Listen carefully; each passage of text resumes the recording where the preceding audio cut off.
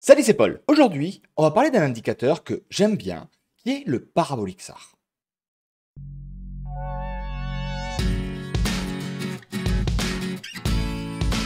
C'est simple.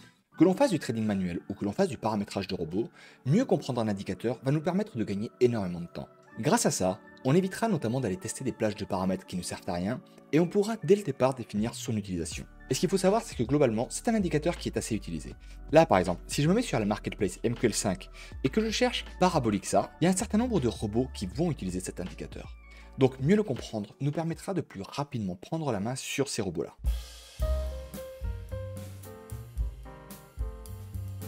Alors le parabolique SAR, c'est quoi? Concrètement, c'est juste un indicateur que l'on retrouve sur la très grande majorité des plateformes de trading. Là, tu vois, je suis sur MetaTrader 4. Et donc, si je vais ici dans l'onglet Navigateur, et que dans cette partie-là, je vais dans les indicateurs de tendance, je retrouve alors l'indicateur qui s'appelle Parabolic SAR. Il est là. Pour le mettre en place, il me suffit de cliquer dessus et de le glisser sur la fenêtre sur laquelle j'ai envie de travailler. J'ai alors MetaTrader 4 qui me propose les différents paramètres que l'on va avoir sur lui. Et ici, comme tu peux voir, c'est assez simple. Il y a deux paramètres de base, on a le pas et le maximum. Et quand j'appuie sur OK, j'ai alors un certain nombre de petits points qui se présentent comme ça sur mon graphique. Et concrètement, à quoi servent ces petits points? Et bien en fait, quand on zoome un peu au niveau du graphique, on peut voir que ici, les petits points sont soit sous le cours, soit au-dessus. Et en fait, son intérêt, c'est que grâce à lui, on peut d'une manière extrêmement visuelle identifier les tendances et les retournements de tendance. Ici, par exemple, tu vois, on a les petits points qui se situent sous le cours. Et bien globalement, ça veut dire que normalement, on est sur une tendance haussière à ce moment-là. Et donc, tant que les petits points sont en dessous, on est supposé donc avoir une tendance haussière. Et là, on peut voir qu'effectivement, on a les points en dessous tant que le cours est en train de monter. Et au moment où celui-ci se retourne, hop, on a les points qui tout à coup passent au-dessus. Et ça nous permet donc d'identifier une potentielle tendance baissière par la suite. Et donc, grâce à cet indicateur, on peut potentiellement identifier le sens dans lequel va le marché, haussier ou baissier, mais aussi des potentiels points d'entrée pour savoir si on est plutôt censé faire des achats ou des ventes.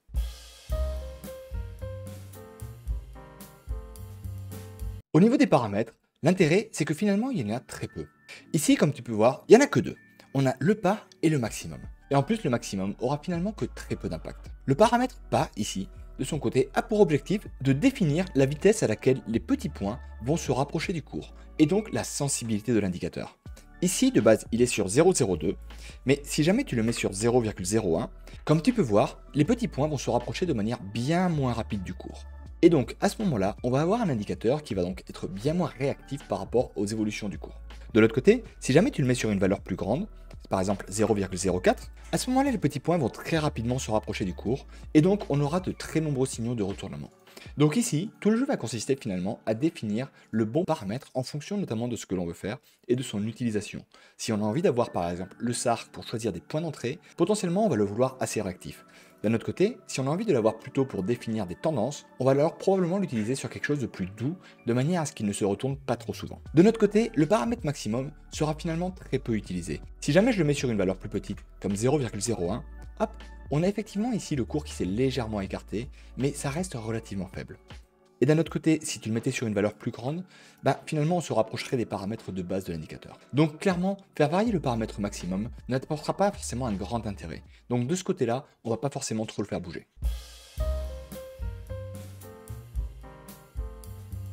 Pour te montrer un exemple concret, je vais ici créer une stratégie de trading et tu verras alors une des possibilités pour l'utilisation du parabolique SAR.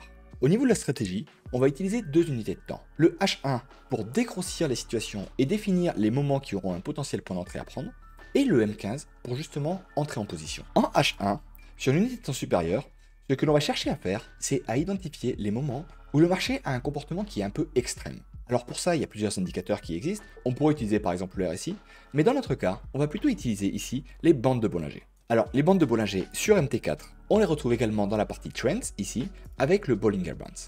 Donc, on les prend là, hop, et ici, donc, au niveau de la visualisation, on va uniquement vouloir qu'ils apparaissent quand on sera ici sur du H1. Donc, ici, on va décocher la case tous les cadres, et on va la faire apparaître en H1.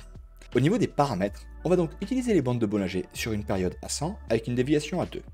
Donc, quand j'appuie sur OK, voilà à quoi ça ressemble. Donc là, notre objectif avec ces bandes, ça va être d'identifier les moments où le cours sort des bandes de Bollinger. En effet, très souvent, quand le cours vient à sortir des bandes de Bollinger, c'est qu'il y a des grandes chances qu'ils viennent justement à se retourner pour remonter vers l'intérieur, tu vois. Ici, c'est ce qui s'est passé, ici, c'est ce qui s'est passé, ici aussi. J'avais déjà fait une vidéo sur le sujet, donc n'hésite pas à la regarder pour mieux comprendre le fonctionnement. Mais ici, c'est donc typiquement ça qui va nous intéresser, c'est ce genre de moment qu'on va vouloir identifier. Et ensuite, quand le cours sera sorti justement de ces bandes de Bollinger, en M15 ici, on va alors faire en sorte d'utiliser le parabolique SAR pour justement entrer en position. Donc là, on va de notre côté choisir le parabolique SAR comme ça, hop, on va le glisser sur la fenêtre, et on va le laisser pour l'instant avec les paramètres de base. Alors par contre, comme on voudra que l'indicateur n'apparaisse que lorsque l'on sera sur la bonne unité de temps, à savoir du M15, ici dans la partie visualisation, on va également le faire apparaître uniquement donc dans la case M15 ici. Ok. Et donc maintenant concrètement, comment ça va se passer? Et bien en fait, ici en H1, on va chercher les moments où le cours va venir sortir. Donc par exemple, tu vois, ici, entre cette bougie-là et cette bougie-là, hop, le cours est effectivement sorti. Donc de notre côté, ici, ce qui va se passer, c'est que maintenant, sur du M15, on retrouve ce moment-là, et en fait, on va regarder globalement comment est-ce qu'on aurait pu entrer en position. Ici, typiquement, on serait donc probablement rentré en position sur cette bougie de retournement.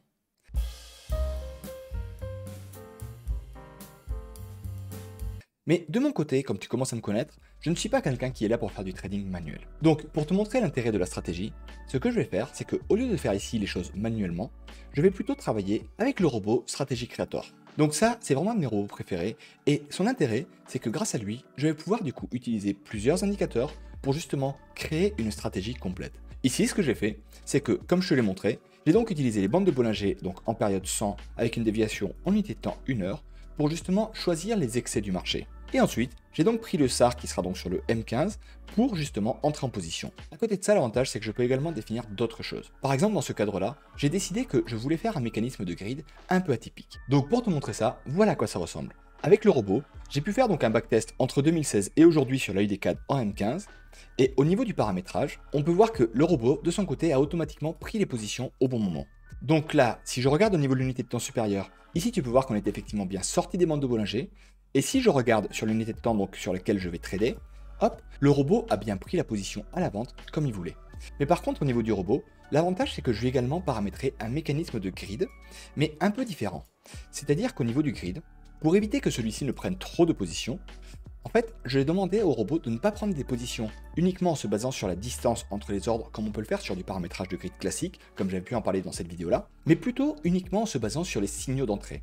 C'est-à-dire qu'en gros, ici, il a pris un premier signal vendeur, là, mais à côté de ça, au lieu de prendre un autre signal vendeur à des endroits qui seront potentiellement pas forcément appropriés, là, je lui demande d'uniquement reprendre un signal quand il y aura un nouveau signal de vente qui se présentait. Donc ici, on avait notre premier signal, puis le deuxième. Et donc là, quand on regarde au niveau du graphique, voilà à quoi ça ressemble. On se retrouve effectivement avec un graphique qui est extrêmement régulier pendant plusieurs années. Et au niveau du rapport, globalement, on peut voir que là, on est sur un schéma qui est apparemment rentable. Et alors, attention, ici pour le moment, je n'ai même pas travaillé d'optimisation. Je n'ai pas travaillé les distances de TP, je n'ai pas travaillé sur les paramètres des bandes de Bollinger, ni sur les paramètres du SAR.